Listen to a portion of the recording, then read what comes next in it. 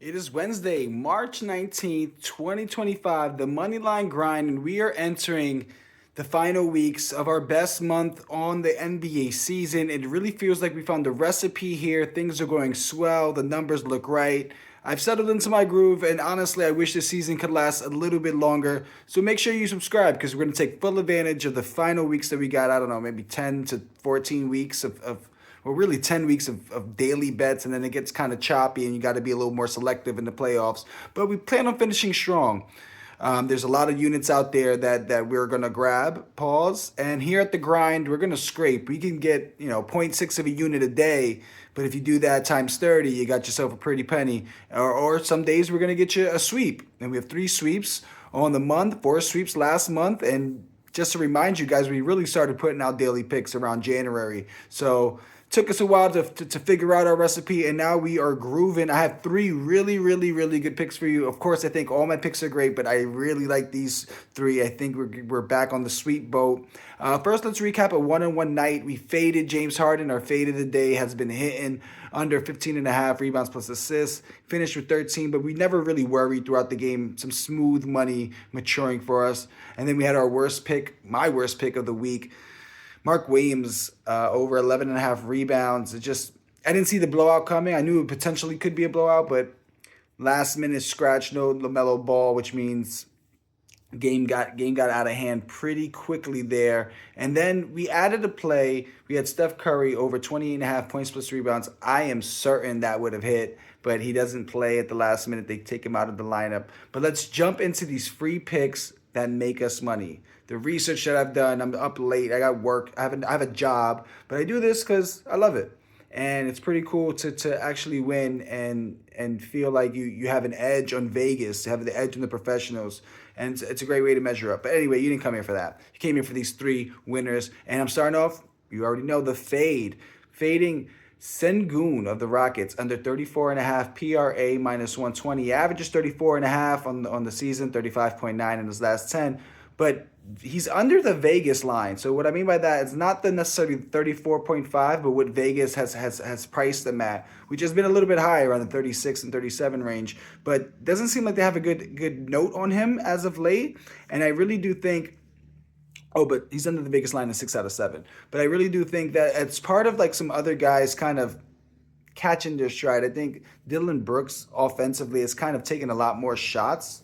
I think last time they actually played Orlando, he took 21 field goals. Then you have Fred VanVleet, who's been really struggling. I would imagine they try to get him some early easy looks. So you have a lot of attention just kind of not going there. Green, of course, having a great season. He should have a good matchup here for him.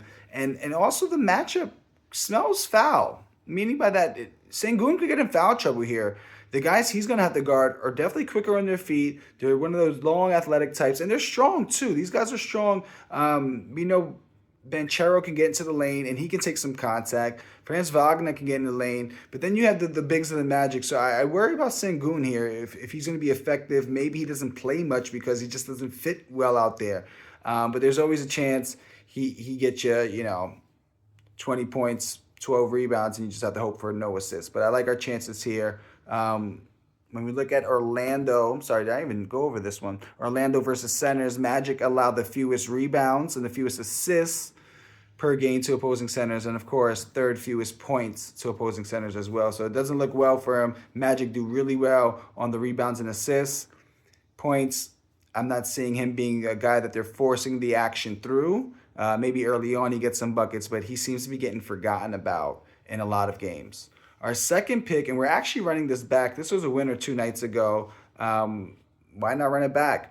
Bam Adebayo, under 9.5 rebounds, minus 120. He's averaging 9.9 in the season, 9.6 in his last 10. Now he's under 4 of his last 4 and under 5 of his last 6. That's under 9.5 rebounds, not under his Vegas line. Detroit allows the second fewest rebounds per game to opposing centers.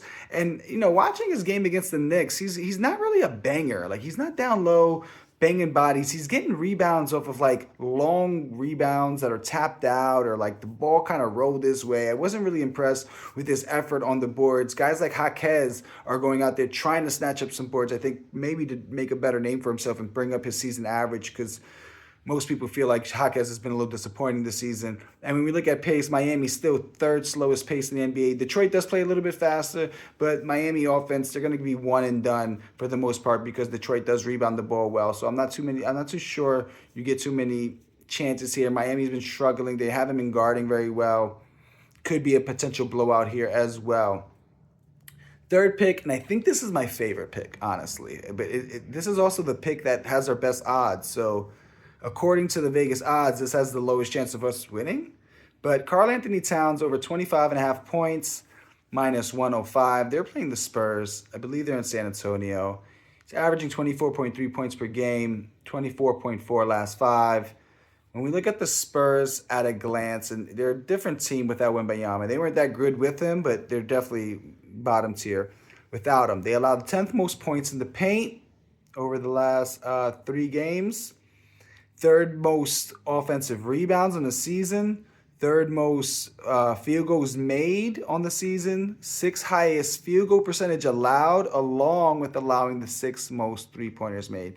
Cat can score from all over, and this isn't a good look for him because he's also a big guy he is a banger, which I didn't see coming until this year. He has a little nasty in him, and he can get down low and get himself some easy buckets, or the type to miss his own shot, grab his own rebound, go back up, get the and one, scream at the crowd. I'm liking his energy this season, and he has moments where he can give you 9 straight points. It's kind of crazy. But when we look at the Spurs, they really struggle against big men, center specifically, and struggling they are very efficient versus the Spurs, like eye-opening, jarringly efficient. And when you got a guy with cat-type volume, with the mismatches, with size and skill set, it could get nasty out here. There could be a 30-point game. I might put Cat on a 30-point game, a 2-3 leg parlay or something. I don't know. Stay tuned on the Instagram at Moneyline Grind. Here we go. Opposing centers shoot incredibly high percentage, really efficient games versus the Spurs. We're talking about Martovic went 6 for 12. Mark Williams went 5 for 6. Hessler Edwards went 6 for 8. And then in another game, he went 9 for 12. Rudy Gobert went 7 for 8. Valanciunas went 7 for 8. Jackson Jr. went 15 for 25 for 42 points. And when you think about it, obviously different kind of body types, but similar type scoring, 3-level scorer. They could shoot the 3. They could kind of bring up the ball every now and then. They can score around the paint. Cat has a better advantage, I would say, rebounding the ball offensively and getting right back up. He can take the contact better down low, and he has a better post game. So Cat getting 26 points shouldn't be too hard. The other guys on the Knicks, they kind of share the wealth. You never know who's going to go be your second and third leading guy right now without Jalen Brunson in the lineup. And those are my 3 picks. That's what I got for you. I feel really good about this one. If we could put it together another sweep, our numbers would look fantastic, and I would be very, very excited. Just trying to keep my composure here because it's a marathon. This doesn't end. When basketball season ends in the NBA, we're going to go to the WNBA, and we're just going to buy our time to get back to the NFL, which is going to buy us time to get back to the NBA. So there you have it, folks. Best of luck tonight. Let's get that money.